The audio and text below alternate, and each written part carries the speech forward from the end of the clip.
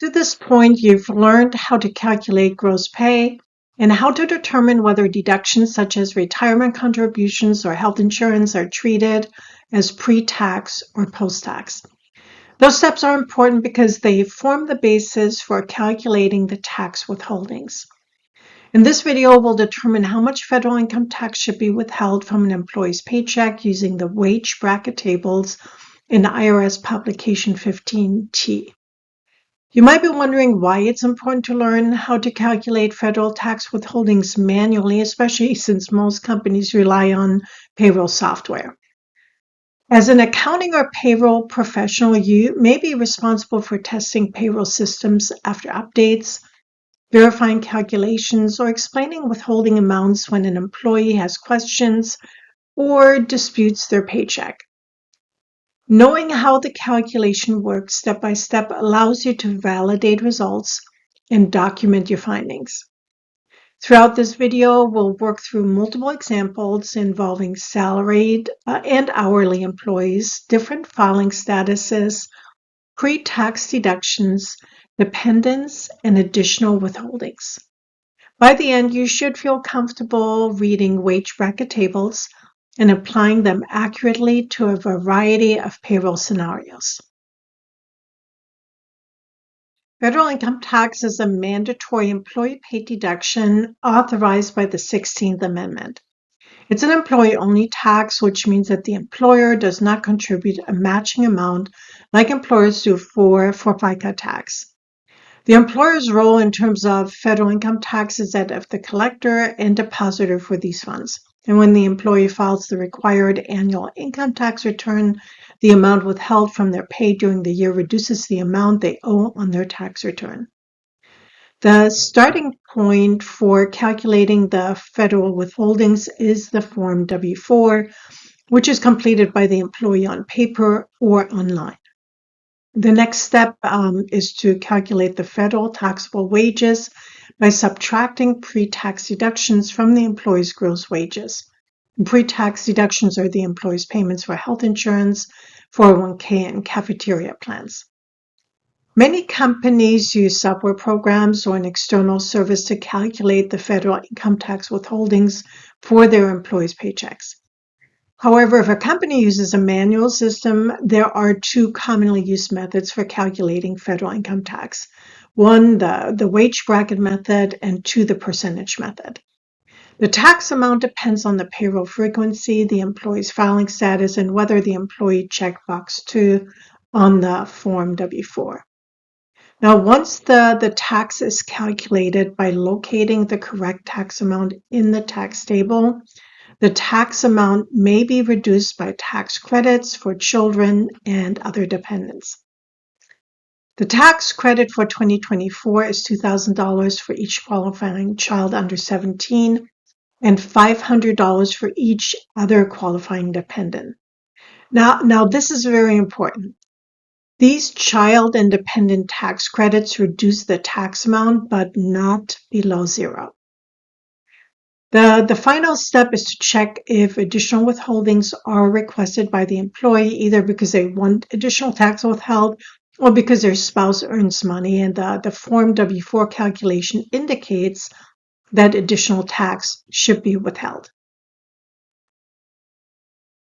Let's look at our first example for Heather, who has an annual salary of $73,190, is single, and did not check box 2.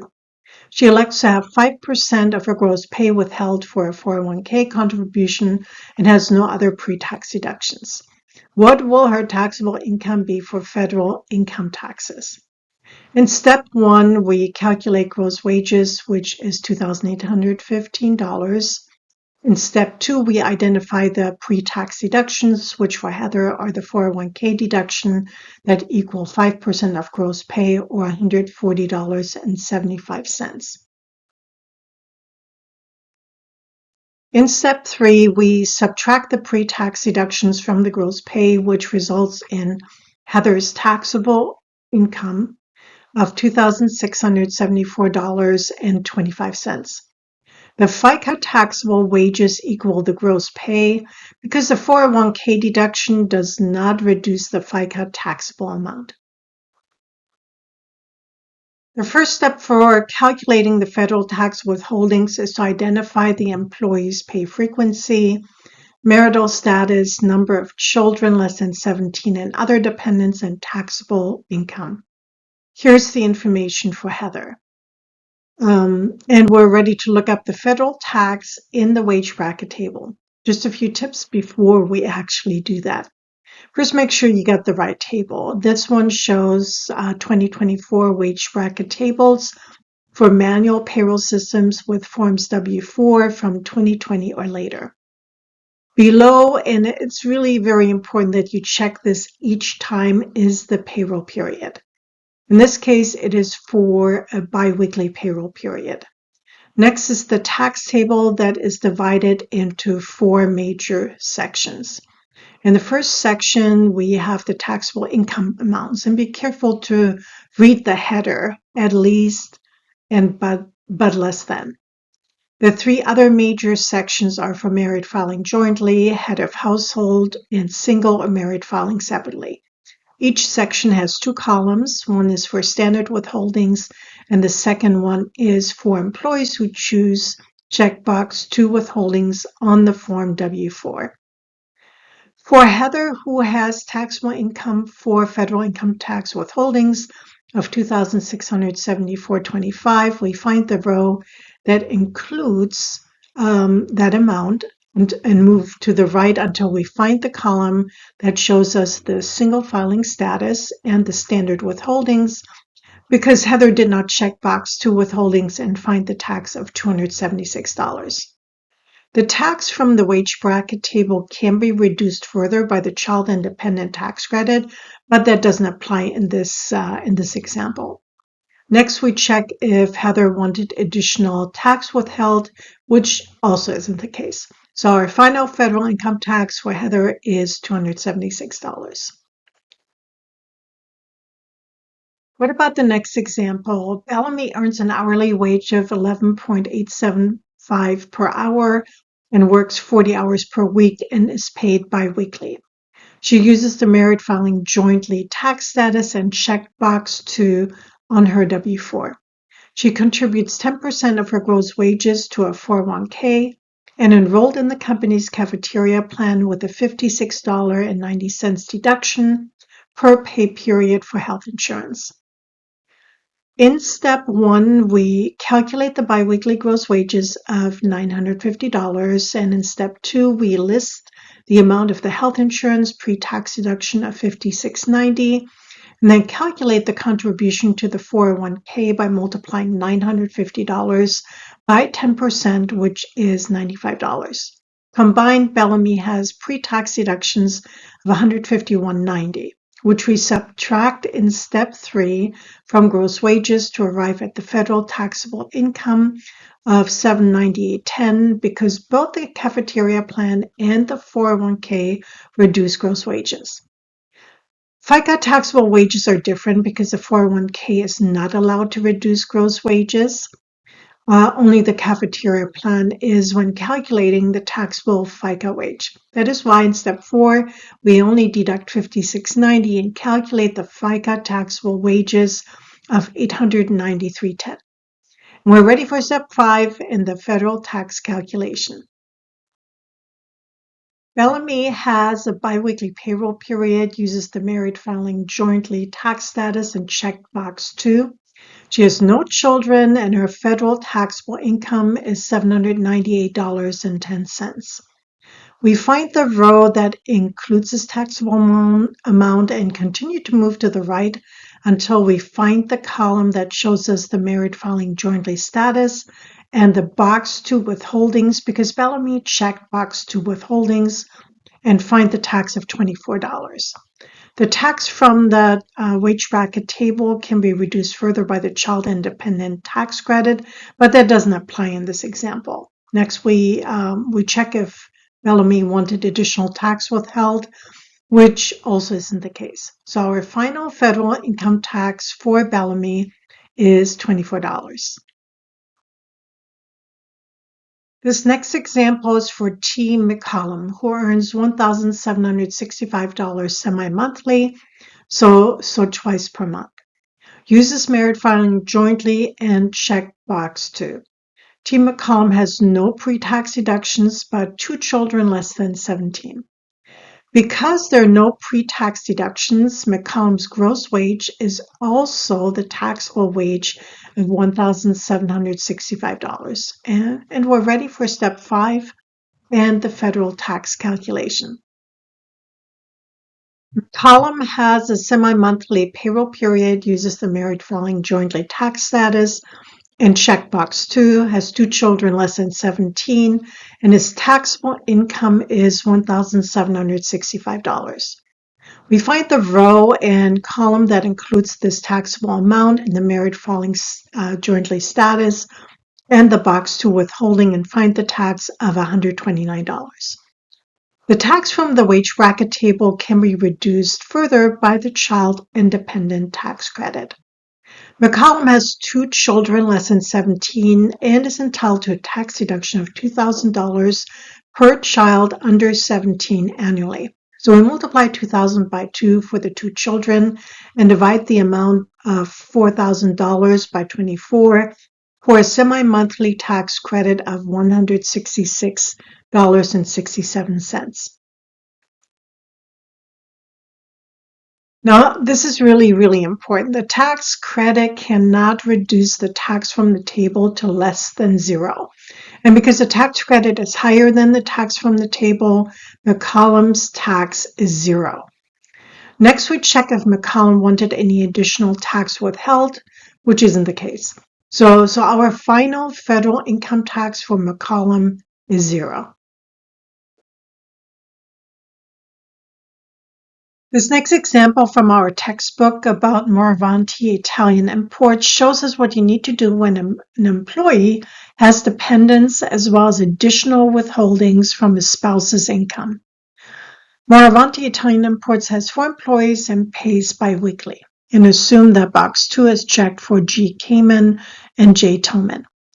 There are no pre-tax deductions listed, so the gross wages are also the taxable wages.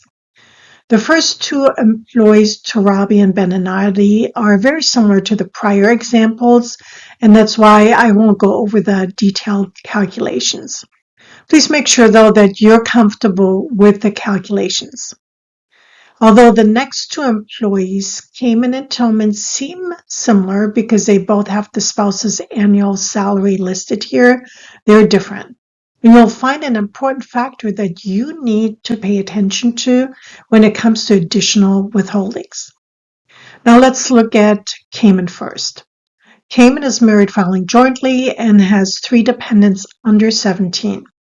The annual salary is $21,000 and the spouse's salary is $30,000. We'll first calculate the biweekly wages, which is $807.69.